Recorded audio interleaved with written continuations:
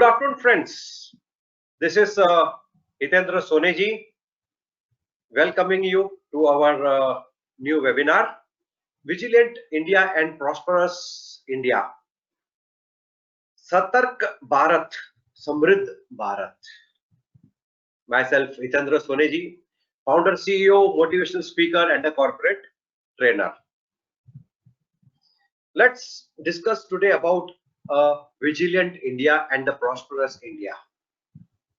So, Vigilant India, Prosperous India. Satark Bharat, Samridh Bharat. So this is the theme for this year's Vigilance Awareness Week. So vigilant means keeping careful watch for possible danger or difficulties. So now, what do you mean by possible dangers? Right? So there are two kinds of dangers, possible dangers. One is internal and one is external. Now, external dangers means earthquake, floods, and recently COVID-19. So these are external dangers. We have to be aware of those dangers.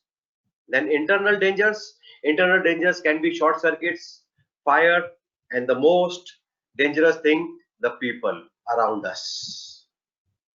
So always be careful and alert from the people around you, creating internal danger. Because you don't know what people are thinking and what they are going to do, how much harm they are going to give to you, or how much harm they are going to give to the country or to the organization. Because the behavior is very much different, the attitude of the people are very much different. They don't match. What they think and what they do are entirely different things, different concepts. Right? So you have to be very much alert, very much careful about the behavior of the people around you. Right? So how they behave, what you have to do, you have to be a very much vigilant person. You have to be observer. You have to observe the other people, what other peoples are doing. They just keep an eye on their behavior. What the behavior says to you, what they communicate through their behavior, whether their behavior is good or bad.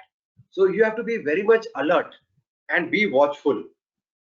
Then people with bad intentions may think they are being slick. That is done.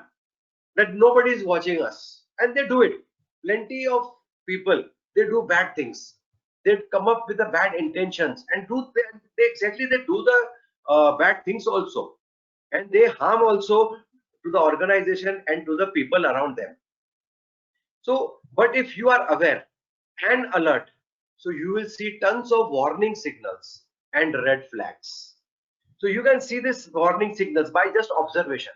Just observe the people around you, what they are doing, what kind of work they are doing, right? How is their behavior, how they communicate, right? How they talk, how they represent themselves. So you'll come to know plenty of things just by observing, and you have to be very much alert and very much careful about yourself. And most important thing, once you observe the behavior of the other people, simultaneously you have to observe your own behavior also, right? What is your behavior towards your organization, towards your people around you, or towards your country? So you have to be extra careful with yourself first, right? So protect yourself and don't let yourself be vulnerable. That is exposed to the possibility of being attacked or harmed, either physically or emotionally, by the people around you. So you have to protect yourself. You see that the other person doesn't damages you, or you have to be careful that you, with your kind of behavior, some other person is not getting any harm. So you have to be very much vigilant. So stay vigilant. The commission has asked all government organizations to focus on internal, that is housekeeping activities, which are to be taken up in campaign mode as part of the Vigilance Awareness Week itself. So your internal activities. So what are your internal activities? Right? So you have to focus on those internal activities, what activities is going on in your organization.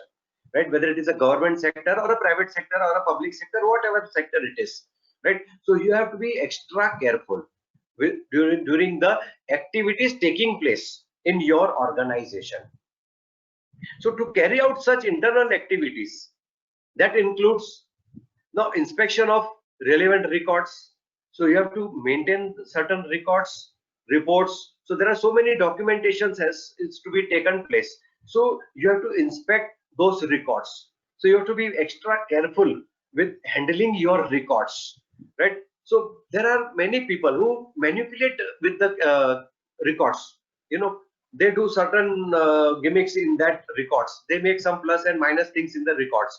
So you have to be aware of that, right? And you have to inspect, and you have to be aware with your own records, with your own reports, right? How you write your reports, how you document yourself, it should be in proper manner, so that if anybody is inspecting your records, it should be neat and clean, right? So disposable of complaints pending over 6 months. So there are so many complaints in the organization coming to the vigilance departments. So you have, what you have to do, you have to just dispose of all the complaints. There should not be any pending complaints left, and finalization of minor and major penalty among others. So whatever complaints are there, you have to fix the complaints, finalize everything. It should be record should be neat and clean, right? In the record books, in the complaint books. The observance of Vigilance Awareness Week would commence with the integrity pledge, which I think you all are aware of. You know, so every vigilance week they start with integrity pledge by public servants in the ministries, departments, central public sector enterprises, public sector banks, and all other organizations on October 27th, 2020 at 11 a.m. The commission said the time has been fixed, the date has been fixed to take the pledge. I think you must have also taken the integrity pledge. So let's see what this integrity pledge is. I will just read this integrity pledge for you. Integrity pledge for citizens. I believe that corruption has been one of the major obstacles to economic, political, and social progress of our country. I believe that all stakeholders such as government, citizens, and private sector need to work together to eradicate corruption. I realize that every citizen should be vigilant and commit to highest standards of honesty and integrity at all times and support the fight against corruption. I therefore pledge to follow probity and rule of law in all walks of life, to neither take nor offer bribe, to perform all tasks in an honest and transparent manner, to act in public interest, to lead by example, exhibiting integrity in personal behavior, to report any incident of corruption to the appropriate agency. So this is the integrity pledge which everybody takes. I think you must have also taken in the morning.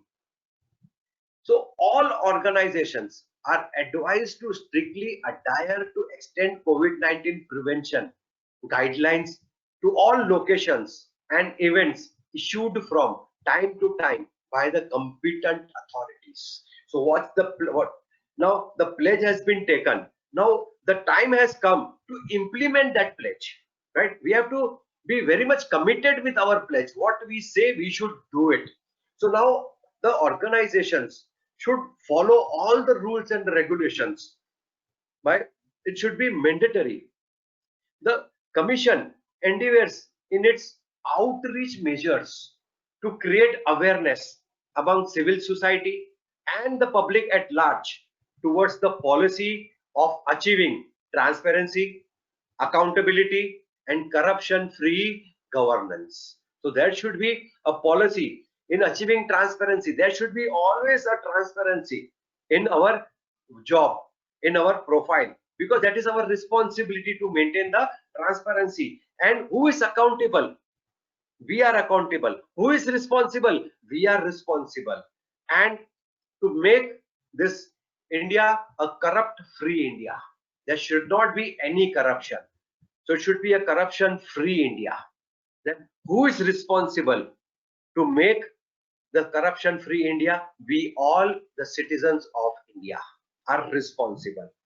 The Central Vigilance Commission has asked government organizations to display on their website details of systemic improvements and good practices adopted for wider dissemination, the action or fact of spreading something, especially information widely and awareness by them. Even the CVC has asked the organizations to display your improvements.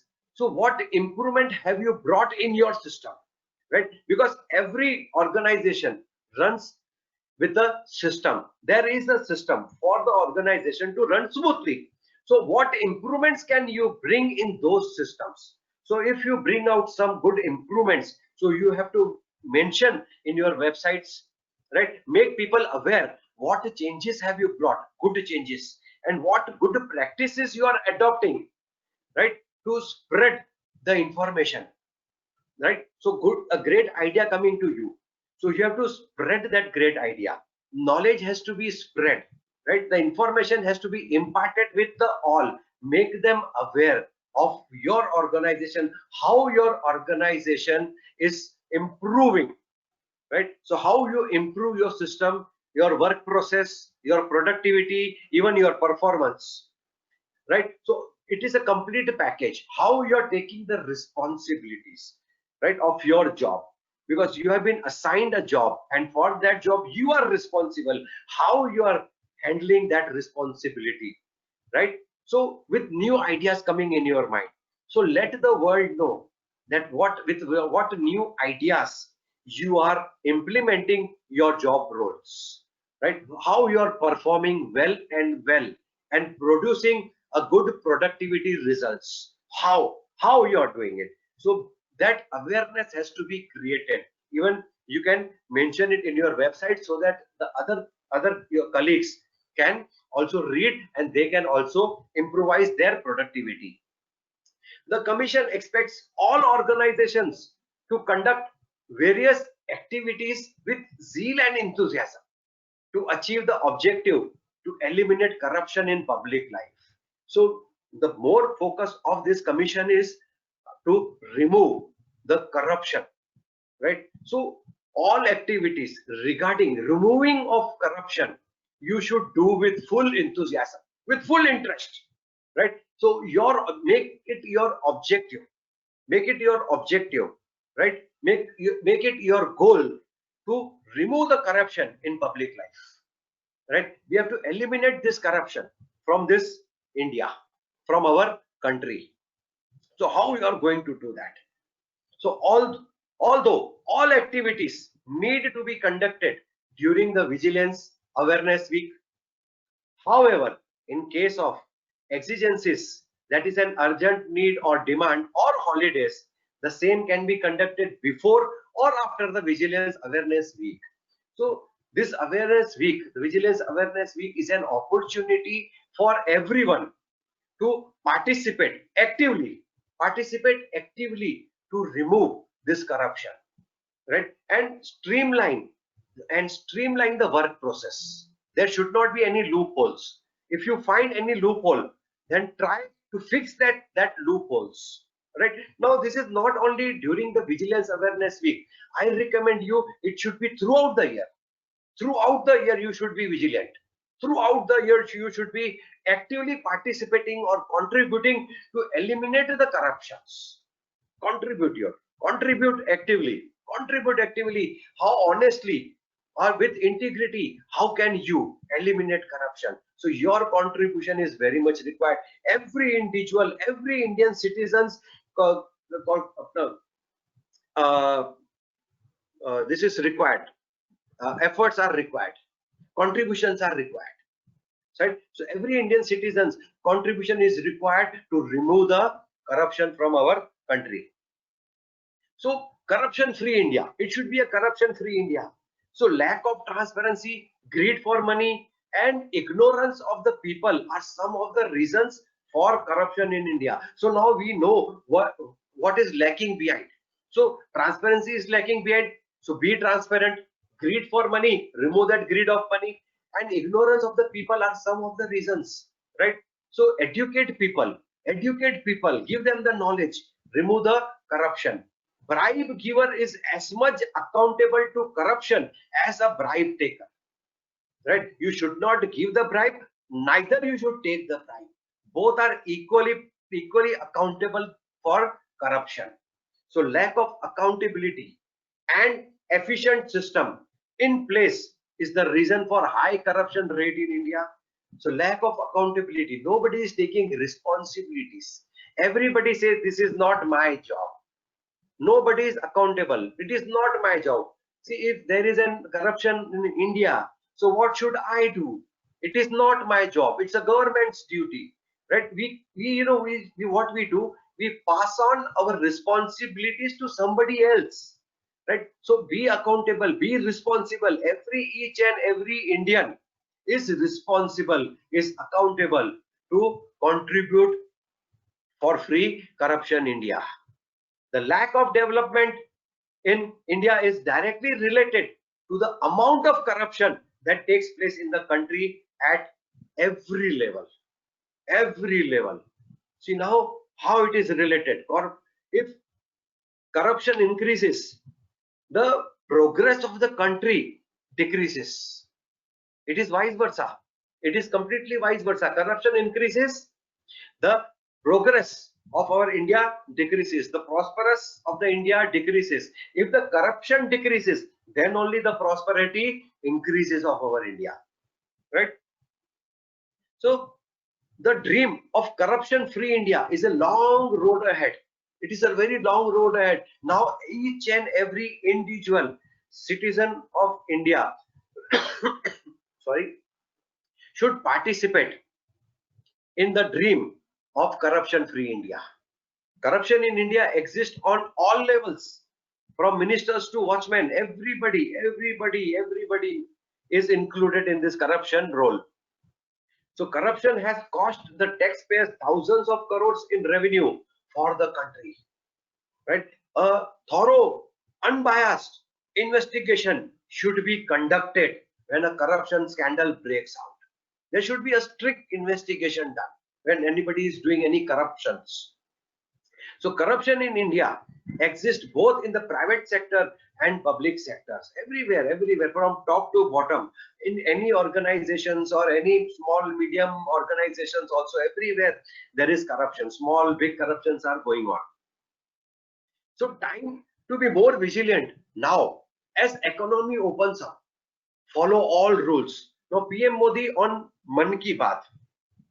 Now PM Modi was speaking during this monthly radio program Man Ki Baat, which coincided with the last day of the fourth phase of the nationwide lockdown, as the government has announced a phased exit called in Unlock 1.0. The focus of Unlock 1.0 is on relaxing more restrictions, which everybody is aware about. See, in what phases we have gone. In the past, if you see in past 6 months, last 6 to 8 months, if you see, there was a huge disastrous, right? This is coronavirus, COVID-19, lockdowns, no work, nothing, everything stopped. Everything, the whole entire world stopped, right? No operations, no work, nothing. Everything was stopped. Everybody was inside their houses, right? We were everybody was inside their house. Nobody was allowed to move out of the house. So what the situation we were facing? Very disastrous situation it was. So once the lockdown came, first lockdown, that was on relaxing more restrictions. So there were so many restrictions during lockdowns. So they have relaxed some restrictions in during Unlock 1.0.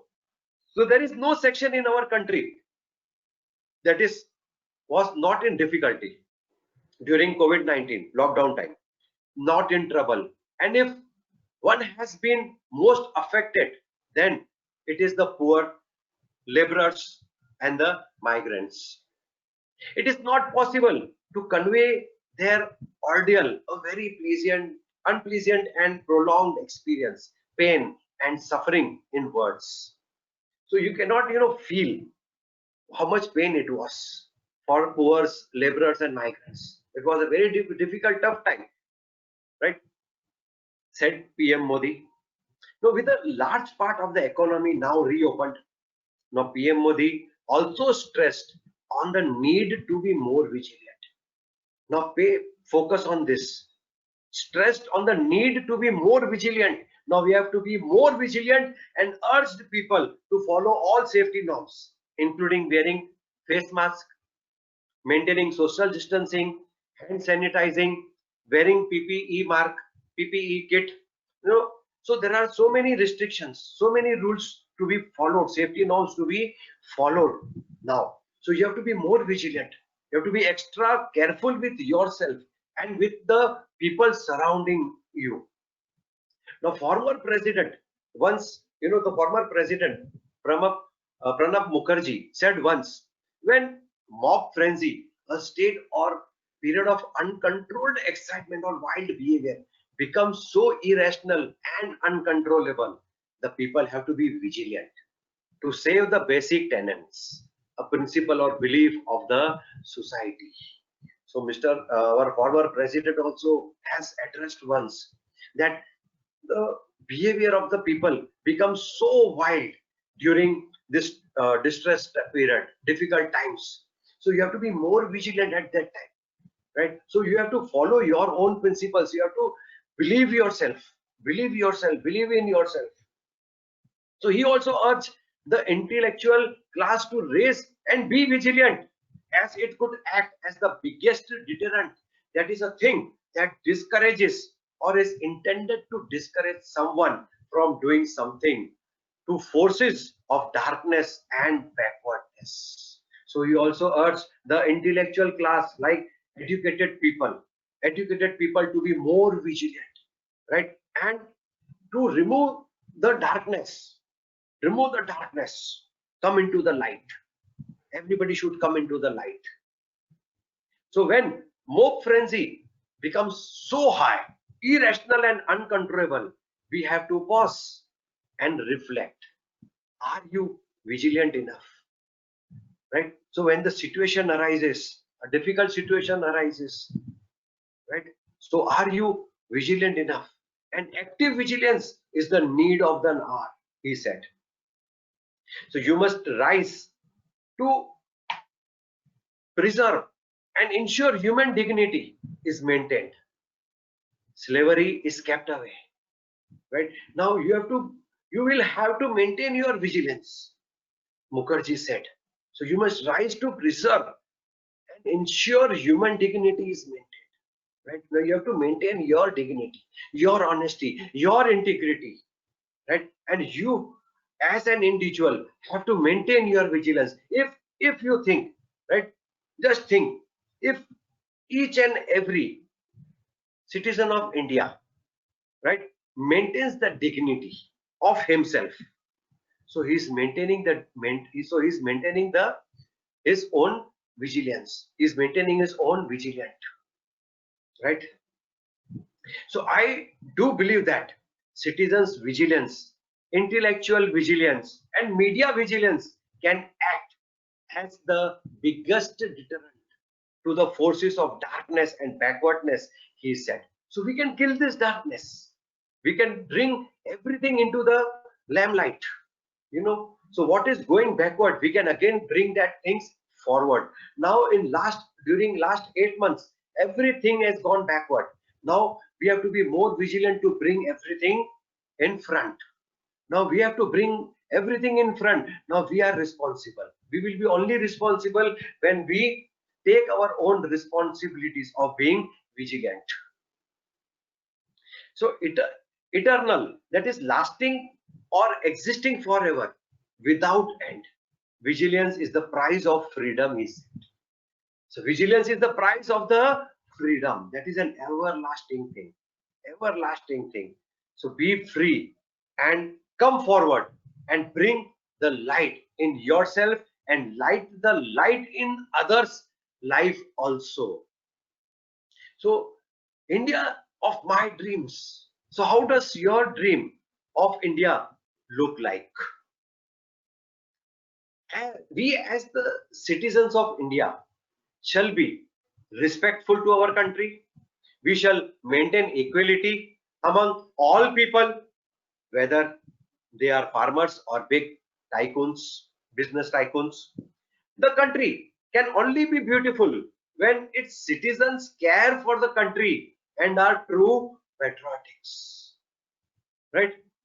So everybody should be concerned about our own country. Dream about your beautiful country. How can we make our country more beautiful, more prosperous? So the India of my dreams is the one where equality is seen on the ground, not on the papers. People say, but they don't do it. But saying and doing the same thing will fulfill our India's dream. Bring the equality among all the people. The real India of my dreams will be achieved when every Indian is ready to sacrifice for the greater good of our country. Corruption, communalism, polarization, and lack of education are some of the problems that India faces even in the 21st century. While India might not be the superpower in the year 2020, it surely has the potential to become one in the next 10 years. India has got lot and lot of potentials to become a powerful country. Powerful country, because every Indian citizen has got the potential to make our India progress. So how can India become more prosperous? So Dr. APJ Abdul Kalam said, dream is not the thing we see in sleep, but it's that thing that we doesn't let you sleep. So dream is not the thing that we see in our sleep. It is that thing that doesn't let you sleep. So dream about a beautiful India, beautiful country. The people of India probably have not dreamed intensely of a prosperous India, probably not passionately enough to keep away from the sleep and make them awake enough to fight and beat the challenges that stand the way to prosperous India. So every Indian citizen should dream intensively. You should be very much highly enthusiastic about the progress of our own country. If our country progresses, but naturally every Indian will be progressing, right? So the progress of our India depends upon the progress of our people. The progress of our people depends upon the progress of our India. So it is vice versa. It is vice versa. See how it goes.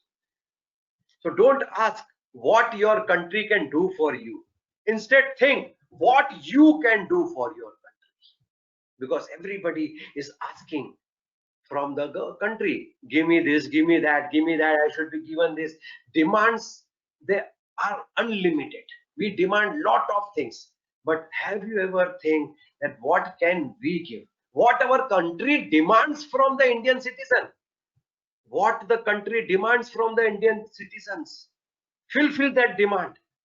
What our country needs from us, even the small of the minutest contribution of each and every Indian citizen can make our country prosperous.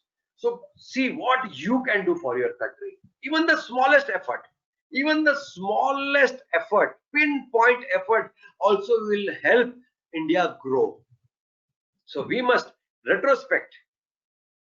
The attitude of the people is more revealing indicator of the nation's future, that is economic indicators. Now the attitude of more people of our India are more relieving indicator. of the nation's future. So when you have feelings of an injured self-respect, when you have feelings of a hurt sentiment, and if all these are not behalf of your country, you should be preparing yourself for a great service to your country. If anything happens to the country, if the country is injured, right? If a country's self-respect is hampered, so you should think that your self-respect is hampered. If the country is injured, you should think that myself has been injured, right? So that kind of attitude we should have. So what's important is you need to convince yourself that the destiny of your country is tied up with your destiny, and you rise and fall together. If you want your destiny to rise, the country destiny also rises, right? If you fall, if your destiny falls, the country destiny also falls. So when your country's self-respect is hurt and the injury is caused to her interest, you feel they attack you only. So that kind of feeling we should have. That kind of feeling we should have. If anything happens to our country, we should think that it has happened to us, right? So we have to protect our country, right? We have to protect our country. We have to see how we can make our country progress and prosperous more and more and more, right? The feeling towards our country, the attitude towards our country, we should develop such positive attitude towards our country. India is lagging behind because we haven't felt the humiliation which was caused to her for centuries. The Britishers did it for 200 years, and still earlier the successive foreign invaders did it several hundred years. It was their extreme impotence, that is lack of respect or rudeness, you can say, that they had shown to her, and the unprecedented, never done or known before plundering, that is stealing goods from, and atrocities, and extremely wicked or cruel act they had done to her. Everybody knows the history. Everybody is aware about the histories, what Britishers did, right? For making India prosperous.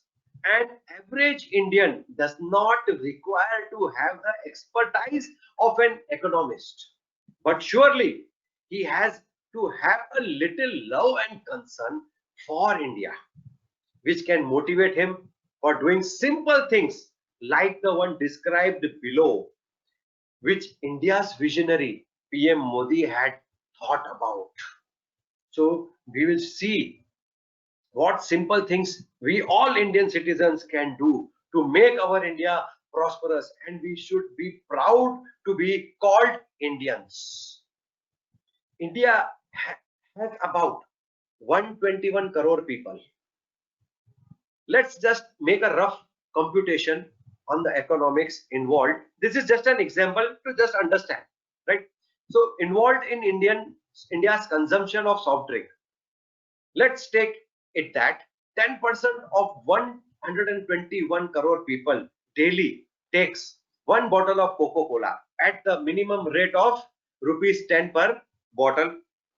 The approximate amount that people pay for a single soft drink is an astounding figure. It's about rupees 3,600 crore per month. Just imagine if a single multinational company like Coca-Cola takes out of India rupees 3,600 crore per month, what could be the mind-blowing astronomical amount which has been draining out every day, flowing the spending of Indians on each such indigenous items, thereby directly hitting the country's economy. This is only the one example of Coca-Cola, and there are so many multinational companies. So Coca-Cola sells for a season of about 6 months in India, which means minimum of rupees 21,600 crores drain out of India every year. But this huge amount could be well diverted for raising the Indian economy. If people make a sacrifice by changing their cold drink habits and go for sugarcane juice or tender coconut water or any fresh fruit juice, a world of difference could be created easily. Number one, see what difference it can create. Let's see what difference it creates now. Number one, rupees 21,600 crores could be diverted to a new flourishing business in India, creating huge employment generation. Number two, sugarcane production, coconut and fresh fruit production shall get a new boost, which in turn shall improve millions of farmers' economic conditions. The incidence of farmers' suicide shall come down drastically. That several soft drinks like Coca-Cola have their disastrous effects on our health is a widely accepted fact now. The avoidance of such drinks and replacing it with fresh juice, otherwise two, are highly urgent steps. It is the need of the hour. Now, PM Modi has talked about India becoming a $5 trillion economy. To reach 5 trillion mark and become a superpower in the world, the growth rate of India needs to rise consistently. The GDP at current prices will touch $5 trillion mark in 2027 at this growth rate. But India can have an ambitious plan to push growth rate.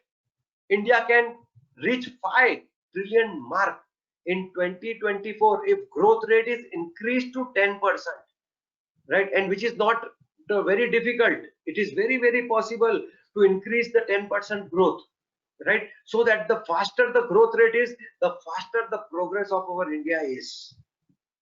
It's hoped that India will be world's largest economy by 2050.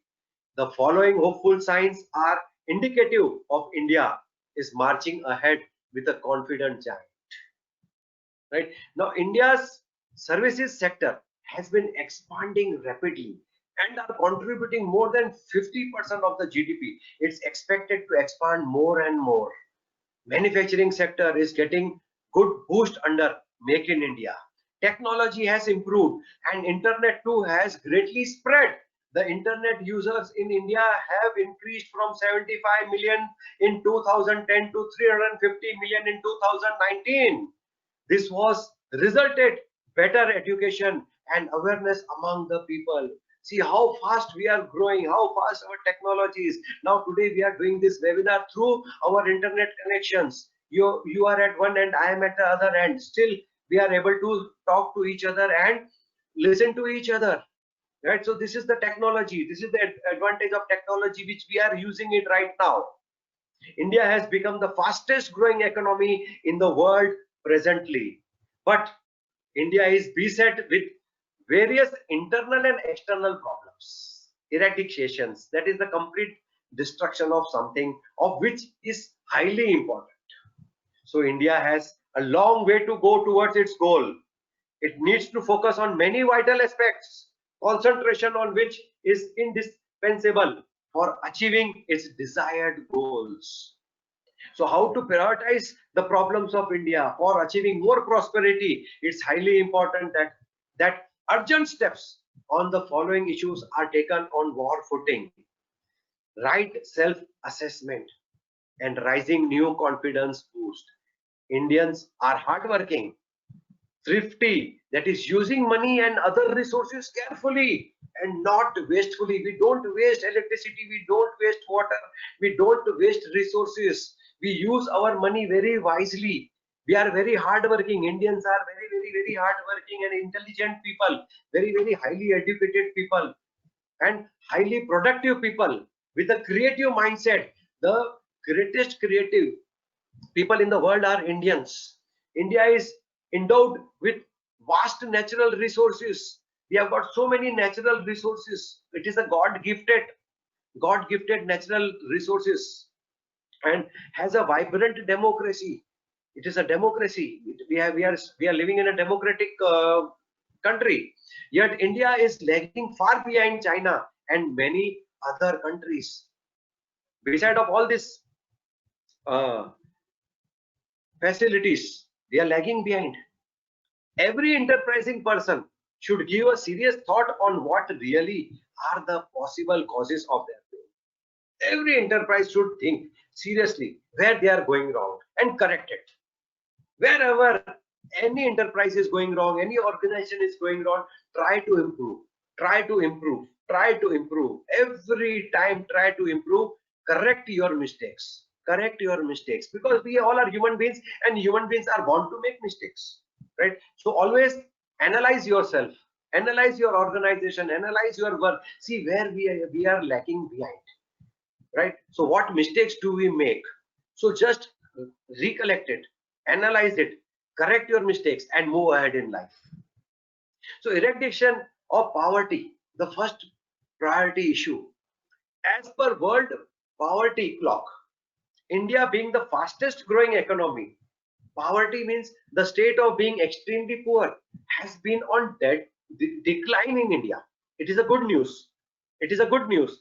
At the rate of 44 Indians rising the extreme poverty line every minute.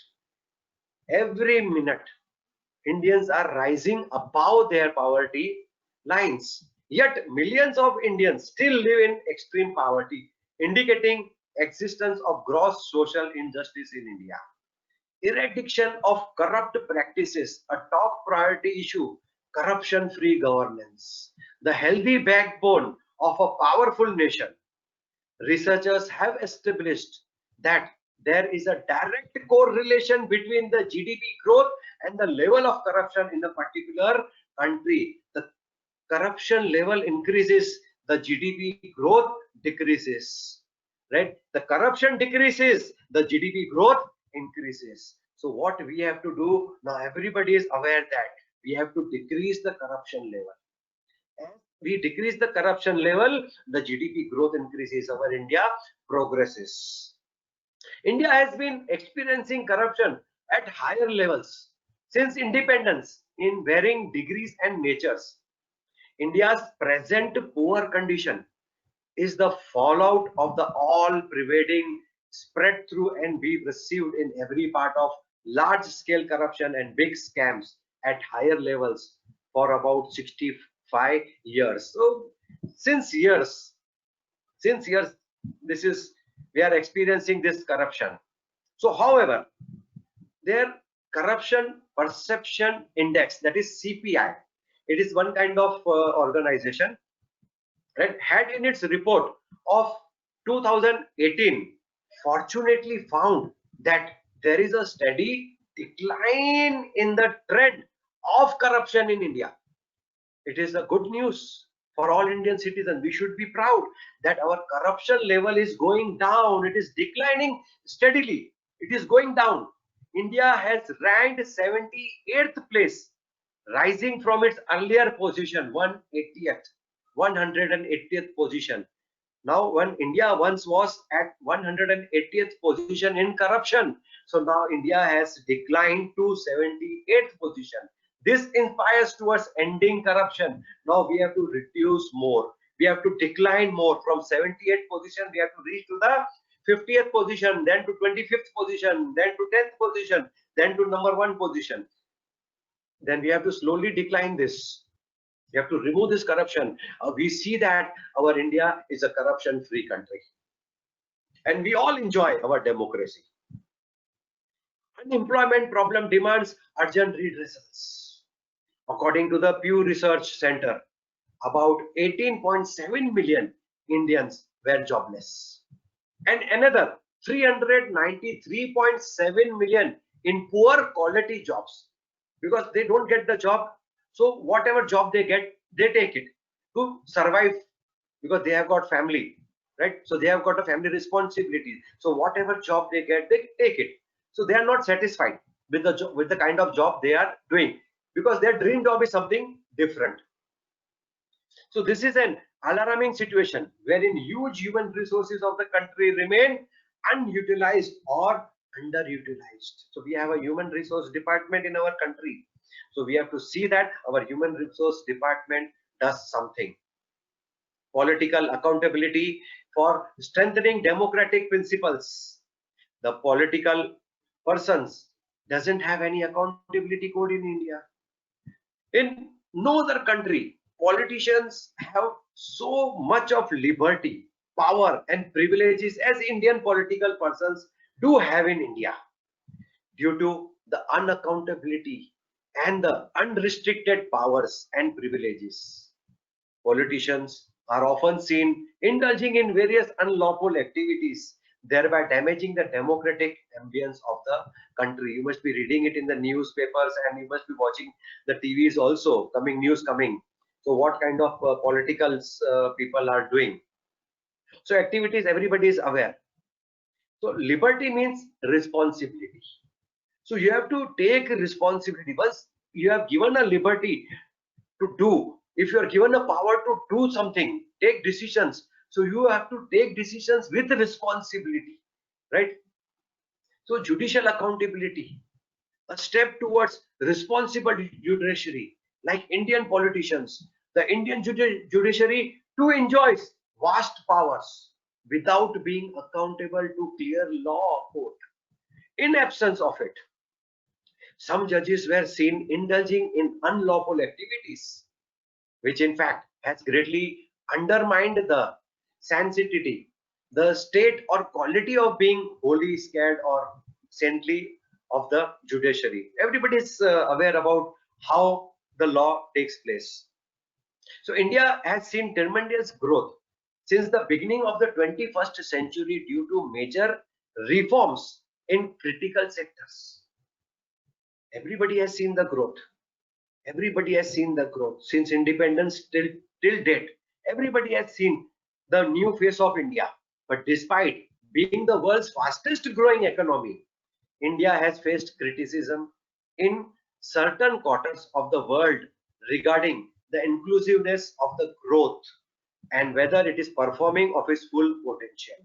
India has got so much potential, but that potential is not being used at their fullest. So we have to use the full potential of each and every Indian citizens. Each and every Indian citizen is potential to take the India to the next level. But we should use our full potential to take our country to the next level. So there is no doubt that India has the capacity and the capability to be among the key global players in the world affairs. But it is facing serious barriers that are holding the country back from realizing to its full potential, right? So there are certain key challenges faced by the country on political levels, economical levels, and strategical fronts. So some things are under our control and some things are beyond our control. So what is in our control, we should do that at least. Then the vision for 21st century India. What should be the vision, right? In spite all these drawbacks, India does have certain qualities such as political stability and a sound democracy. But in order to reach its aspirations to be a force of reckoning on the world stage, India needs to increase its influence and growth on three fronts: economical fronts, strategical fronts, and cultural fronts. So much progress of these factors could be achieved if India changed the current political structure. India currently has a federal democracy where people at the top decide what's best for the country. But a transition towards participatory democracy would put the power in the hands of a common people, enabling more people to have a say in policy decision making and making the system more transparent. The more transparency if we have, if the top level people include some common people also in decision making, they include some common people also in their decision making, so there should be a transparency in systems, so we can develop a good system in our India by maintaining a transparency. Top political peoples or any top leaders, they should include some common people also in their decisions, right? So the aim of participatory democracy is to achieve more egalitarian, that is believing in or biased on the principle of all people are equal and deserve equal rights and opportunities, because every Indian has got the equal right? So everybody is on the same platform. We all are on the same platform, and we should have the equal rights and opportunities. So redistribution of power and greater democratization of the political process, both at the national and the local level. If this takes place, then no wonder, then nobody can stop India to grow faster and faster and faster. It will remove corruption at both levels. See, now when there is a transparency, top level people, when they include the common people, when there is a transparency between the top people and the common people, so there are no chances of corruption. So corruption will be removed. The biggest achievement of being part of the participatory democracy is inclusiveness of growth rather than agenda driven politics by parties, thus making growth a prime focus for everyone. Right now, the idea behind the collaborative decision making is to make our India grow. It should not be only on the agenda level. It should not be only on the papers. It should be implemented. It should be implemented. Once there is a transparency between the top people and the common people, then the growth rate increases of the India. How can this growth rate increase? Because the common man has also got some intellectual ideas. They can contribute their intellectual ideas to the top level people, which can be implemented and be benefited in the growth of our country. So see how we can help our country.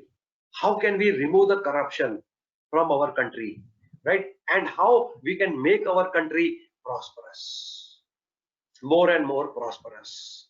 So Satyameva Jayate. Satyameva Jayate.